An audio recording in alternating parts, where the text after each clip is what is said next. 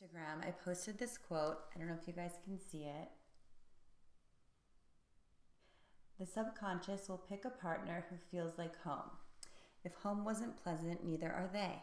Eventually, we grow up and leave home. This is when we come home to the self. Watch this video.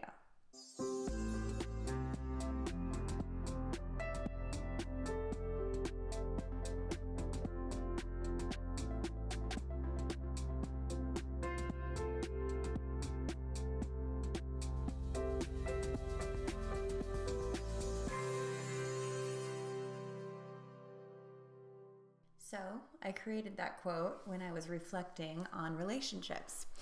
If you guys watch my channel often, you know I love talking about highly sensitive people, but also attachment trauma, love addiction, and all that kind of stuff. I myself have gone through many of the things that I talk about, and the clients that I have gone through the other things. And I tend to just dive in and feel into the experience and get new insights. So that's what I share here if you're new to my channel. So on the subject of relationships and attracting, you know, I have multiple clients who come to me that say, I don't know why I keep attracting this thing. It brings up this childhood stuff, Why am I just attracted to these types of people? Why can't I be attracted to just like normal, boring, whatever, healthy, which is not boring. I'm just saying, some people say that, types of people. And I say, well, there's a couple different reasons.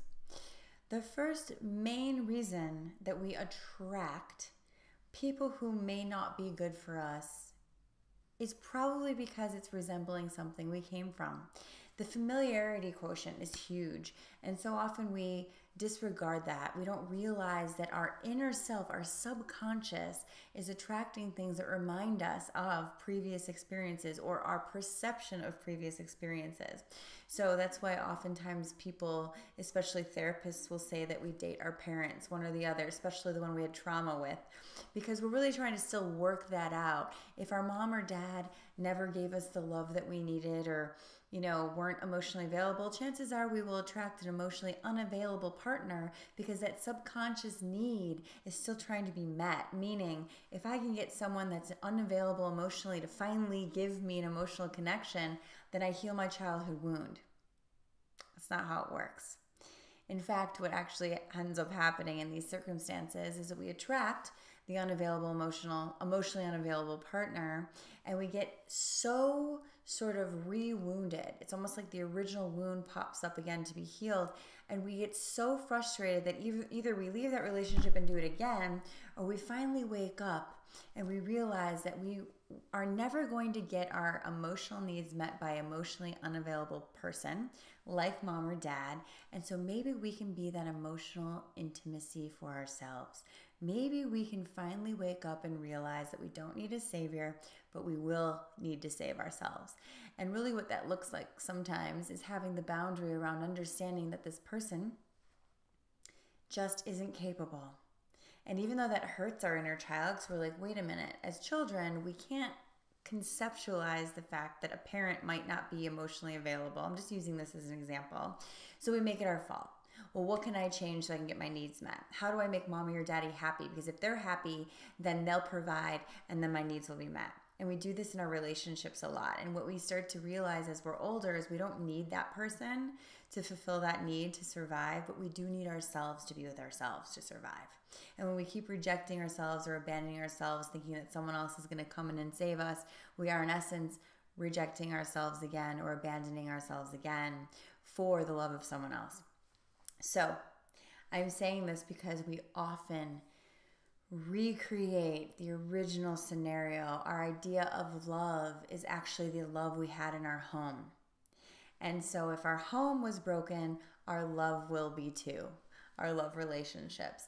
If our home was toxic love, so will our relationships 99.9% of the time, until we start waking up to ourselves and to understanding how to love ourselves and heal ourselves and fill ourselves.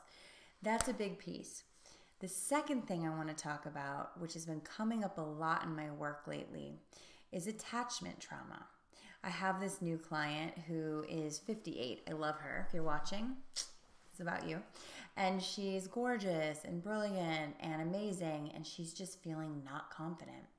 And it's really the first time in her life that she's been in a relationship with someone that's actually healthy attached. He's got a healthy, secure attachment style. She has a very insecure attachment style.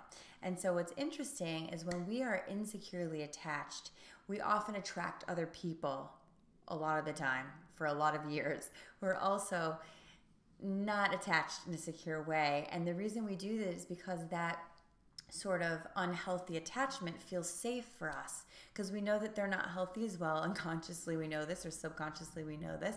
And so we know that it's almost like this push-pull addiction, love addiction. Like we know they're never going to get over us, and so we feel safe in that. But that's not healthy, and it's not real, and it's not real love. But it feels like real love because it's the only love that we knew, because it's what our attachment style has attracted. And so what's interesting with this client is this man that she loves, that she's attracted into her life because she's done some healing work, is securely attached, and she gets extremely triggered by him because he doesn't have an attachment trauma. He doesn't have to be, knowing where she is every 5 minutes, or, texting. He doesn't have to be that way. And so she feels less secure. And what's interesting and perfect about this relationship, before I go into that, I want to just mention that the reason people who are insecurely attached have issues with healthy mates and usually don't attract them until they've done some inner work is because the mate is not going to play those games.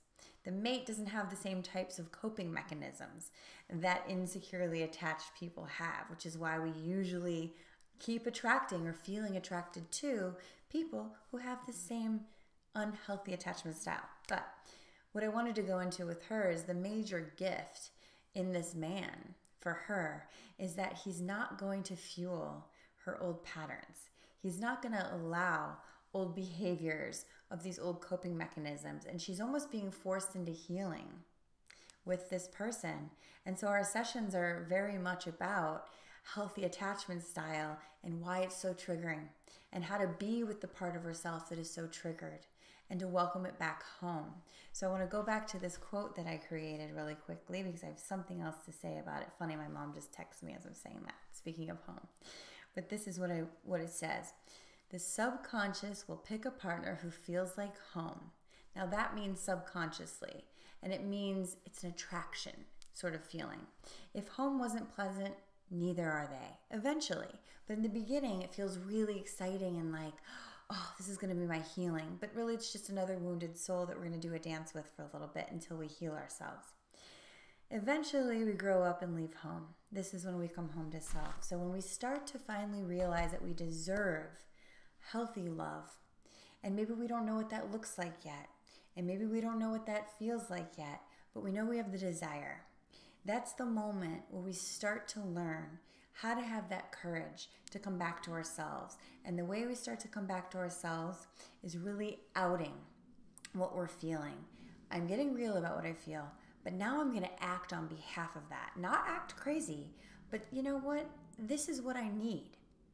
I need you to stop doing that behavior for a while because it's triggering me. I know it's crazy, but it is a trigger, and I'd really love for you to be on board with supporting me with that. These types of conscious conversations. So instead of saying, God, I should be over this by now, we're saying, you know what, I'm not though, and I'm working on it. And what do I need right now? Because when we say, I shouldn't be where I'm at and I shouldn't feel these things and this attachment shit's crazy, when we do that, we're doing a bypass and we're not allowing ourselves to come home to self, but we're then still separating and blaming and creating shame and judgment. And what we need to do instead is reparent that experience and say, you know what, home may not have been the best perfect place, but I can make home inside lovely and harmonious. And the way that we do this is by tending to how we really feel and having our own back and not needing it to be any different, and doing it in a loving, mature way, asking for what we need so that others know how to help us go home to self. I hope you enjoyed the video. Please don't forget to check the links below, and please follow on social media. I always respond to DMs, even if it takes me a minute. And don't forget, if you're in my monthly membership, every Friday, 10 a.m. Pacific time, live Q&A. I'll see you soon. Namaste.